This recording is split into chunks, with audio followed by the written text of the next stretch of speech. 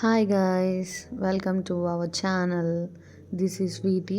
మీరు కనుక first time మన ఛానల్ చూస్తున్నట్టయితే please do like, share and subscribe. Simple and easy recipes కోసం సబ్స్క్రైబ్ చేసుకోండి. ఈరోజు నేను పప్పుల్స్ ఎలా చేయాలో చూపిస్తాను. ఈజీ అండ్ సింపుల్ స్టెప్స్తో చూపిస్తాను. ట్రై చేయండి. ట్రై చేసి కామెంట్ చేయండి నాకు. ఒక గ్లాస్ కందిపప్పు 1 అవర్ పాటు నానబెట్టాలి. ఒక గ్లాస్ కందిపప్పుకి 2 glasses of water. Medium size టమాటాలు ఒక 2 తీసుకోండి. మరీ పెద్దగా కాదు, మరీ చిన్నగా కాదు. నేను చూపించినట్టు కట్ చేసుకోండి. 2 టమాటాస్ చాలు. ఒక 4 పచ్చిమిర్చి. చింతపండు మాత్రం నిమ్మకాయ సైజ్ అంత తీసుకున్నాను. ఎందుకంటే పప్పుల్స్కి చింతపండు ఎక్కువ ఉంటేనే బాగుంటుంది. మీ టేస్ట్కి తగ్గట్టు మీరు వేసుకోండి. 1/2 టేబుల్ స్పూన్ అయితే పసుపు, 3 టేబుల్ స్పూన్ ఆఫ్ సాంబార్ కారం నేను వేసుకున్నాను. 1 టేబుల్ స్పూన్ ఆయిల్ వేసుకోండి. ఆయిల్ వేసుకుంటే ఏంటంటే స్పీడ్గా కుక్ అవుతుంది మనకి. నీట్గా మిక్స్ చేసుకోండి. మొత్తం కలిసేలాగా మిక్స్ చేసేసుకొని మూత పెట్టేసి విజిల్ పెట్టేయండి. విజిల్ పెట్టేసి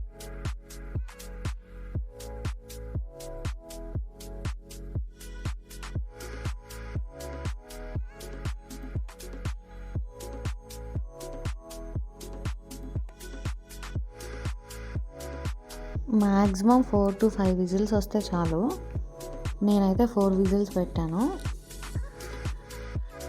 4 విజిల్స్ రాగానే స్టవ్ ఆపేయండి.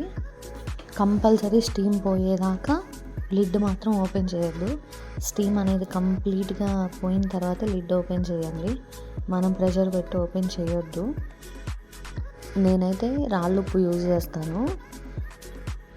ఒక స్పూన్ రాళ్ళుప్పు వేసేసి నీట్గా మెత్తగా మ్యాష్ చేసుకోండి. పప్పు గుత్తి తీసుకొని టమాటా, పచ్చిమిర్చి కంపల్సరీ మెత్తగా అయిపోవాలి. పప్పు కొంచెం పలుగ్గా ఉంటేనే టేస్ట్ బాగుంటుంది.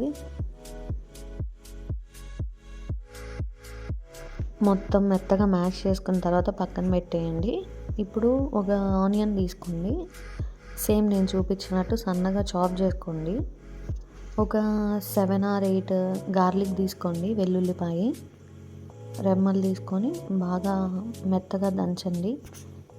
కంపల్సరీ ఆనియన్, వెల్లుల్లి కంపల్సరీ యాడ్ చేయండి. లేదంటే పప్పుల్స్ టేస్ట్ బాగోదు. మనం ఎంత ఆనియన్, గార్లిక్ మిక్స్ చేస్తే అంత టేస్ట్ మిస్ అయిపోతుంది. చాలా మేజర్ ప్లేస్ అన్నమాట. ఇప్పుడు తాలింపు కోసం ఒక ప్యాన్ తీసుకోండి. పెద్ద ప్యాన్ తీసుకోండి. ఆయిల్ బాగా కాగాలి.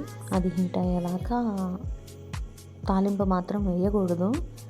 ఆయిల్ బాగా కాగిన తర్వాత పచ్చిపప్పు, మినప్పప్పు, ఆవాలు, జీలకర్ర, అదే తాలింపు గింజలు అంటారు కదా, అవి బాగా ఫ్రై అవ్వాలి. ఆవాలు మాత్రం కంపల్సరీ చిట్పట్ అనాలి. ఆవాలు చిట్పట్ అనకపోతే కర్రీ అంతా చేదు వస్తుంది. సో ఆవాలు అన్నీ చిట్పట్ అనేదాకా ఆగి ఇప్పుడు ఎండుమిర్చి యాడ్ చేయండి. ఒక 4 మధ్యలో తుంపుకొని వేయండి. 4 ఎండుమిర్చి వేసిన తర్వాత గార్లిక్ ఇందాక మనం దంచుకున్నాం కదా వెల్లుల్లి, అది వేసేయండి. అది కూడా ఫ్రై అయిన తర్వాత ఒక రెమ్మ కరివేపాకు,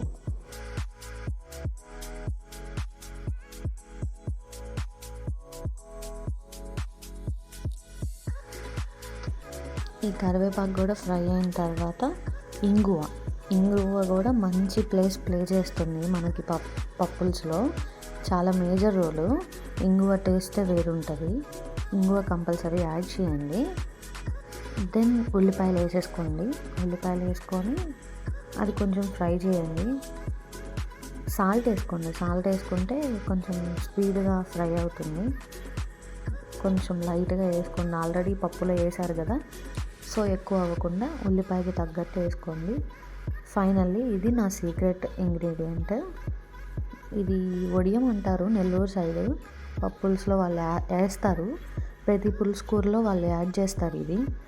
ఇది మీకు తెలుసుంటే పర్లేదు, తెలియకపోతే కనుక కంపల్సరీ కామెంట్ సెక్షన్లో కామెంట్ చేయండి. నేను కన్ఫామ్గా కుదిరితే మీకు వీడియో చేసి పెడతాను. ఇప్పుడు పప్పు యాడ్ చేసేయండి. పప్పు యాడ్ చేసేసి కొంచెం వాటర్ పోయండి. వాటర్ వచ్చేసి కంపల్సరీ వేడి నీళ్ళే యాడ్ చేసుకోండి. వేడి నీళ్ళ వల్ల టేస్ట్ వస్తుంది. కంపల్సరీ వేడి నీళ్ళని ఎందుకు చెప్తున్నానంటే కూర టేస్ట్ మిస్ అవ్వకుండా ఉంటుందంట. నాకు తెలీదు, మా నాన్నమ్మ చెప్పారు ఇలా అని. కాకపోతే ఆమె చెప్పిన దగ్గర నుండి నేను ట్రై చేశాను. చాలా అంటే చాలా చేంజ్ ఉంది టేస్ట్‌లో. మీరు ఒకసారి ట్రై చేయండి. ట్రై చేసి మీకు ఎలా ఉందో కామెంట్ చేయండి. ఇదేం పెద్ద బీభత్సమైన టిప్పేం కాదు. నాకు తెలిసింది మీకు చెప్పాను. నెక్స్ట్ సాంబార్ పొడి. సాంబార్ పొడి యాడ్ చేయండి. సాంబార్ పొడి వల్ల ఫ్లేవర్ వస్తుంది పప్పుల్స్కి. మీకు కనుక చాలా ఈజీగా అనిపిస్తే కనుక కంపల్సరీ లైక్ చేయండి, షేర్ చేయండి, సబ్స్క్రైబ్ చేయండి మన ఛానల్ని. ఎంకరేజ్ చేయండి. ఇంకా మీకు ఏమైనా రెసిపీస్ కావాలి అంటే కామెంట్ చేయండి. నేను కన్ఫామ్గా మీ ప్రతి కామెంట్ చదివి నేను రెస్పాండ్ అయ్యి నేను చేస్తాను. ఫైనల్గా కొత్తిమీర వేసేస్తే ఇంకా మన కర్రీ అయిపోయినట్టే. నీట్గా ఒకసారి కలిపేసేసి స్టవ్ ఆఫ్ చేసేసి. Thanks for the watching. Please do support me. Thank you.